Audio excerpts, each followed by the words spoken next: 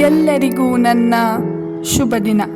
ಒಳ್ಳೆ ವಿಷಯಗಳನ್ನ ಬೇಗ ಬೇಗ ಹರಡೋಣ ಅಂತ ಹೇಳ್ತಾ ಇವತ್ತಿನ ನೀತಿಕತೆ ಹಳ್ಳಿ ಮತ್ತು ಪಟ್ಟಣದ ಇಲಿಯ ಅನುಭವಗಳು.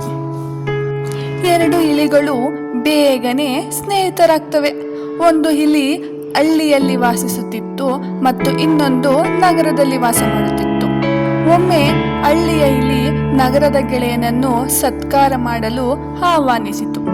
ನಗರದ ಇಲಿಯು ಹಳ್ಳಿಯನ್ನು ನೋಡಲು ಬಂದಿತ್ತು. ಅವನ ಸ್ನೇಹಿತ ಹಳ್ಳಿಯ ಇಲಿ ಅವನನ್ನು ಹಳ್ಳಿಯಲ್ಲಿ ಸುತ್ತಾಡಲು ಕರೆದೊಯ್ಯಿತು. ಅವರು ಊಟಕ್ಕೆ ಕುಳಿತಾಗ ಹಳ್ಳಿಯ ಇಲಿ ಗೋಧಿ, ಅಕ್ಕಿ, ಕಡಲೆಕಾಯಿ ಇತ್ಯಾದಿಗಳನ್ನು ಬಡಿಸಿತು. ಆದರೆ ನಗರದ ಇಲಿ ಆಹಾರವನ್ನು ಇಷ್ಟಪಡಲಿಲ್ಲ.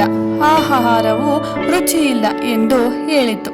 ಸ್ವಲ್ಪ ತಿಂದು ನಗರದ ಇಲಿ ಹೊರಡಲು ಅನುಮತಿ ಕೇಳಿತ್ತು. ಹಳ್ಳಿಯ ಇಲಿ ತನ್ನ ಸ್ನೇಹಿತನನ್ನು ನೋಡಲು ಹೊರಬಂದಿತು. ನಗರದ ಇಲಿ ಹೇಳಿತು, ನನ್ನ ನಗರಕ್ಕೆ ಬನ್ನಿ, ನಾನು ನಿಮಗೆ ನಿಜವಾದ ಹಬ್ಬ ಏನೆಂದು ತೋರಿಸುತ್ತೇನೆ ಎಂದು. ಕೆಲವು ದಿನಗಳ ನಂತರ ಹಳ್ಳಿಯ ಇಲಿಯು ನಗರದ ತನ್ನ ಸ್ನೇಹಿತನನ್ನು ನೋಡಲು ಹೋಗಿತು. ನಗರದ ಇಲಿ ತನ್ನ ಸ್ನೇಹಿತನನ್ನು ನಗರ ಸುತ್ತಾಡಲು ತಿರುಗಲು ಕರೆದೊಯ್ಯಿತು.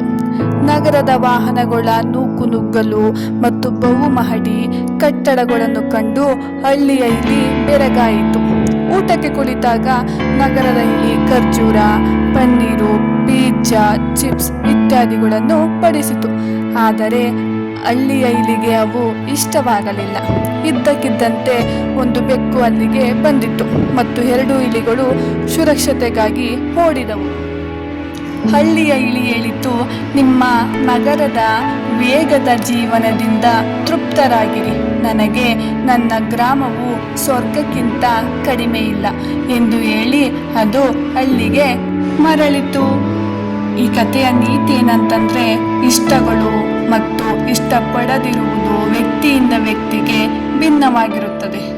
ಈ ಕಥೆಯ ನೀತಿ ಏನಂತಂದ್ರೆ, ಇಷ್ಟಗಳು ಮತ್ತು ಇಷ್ಟಪಡದಿರುವುದು ವ್ಯಕ್ತಿಯಿಂದ ವ್ಯಕ್ತಿಗೆ ಭಿನ್ನವಾಗಿರುತ್ತದೆ.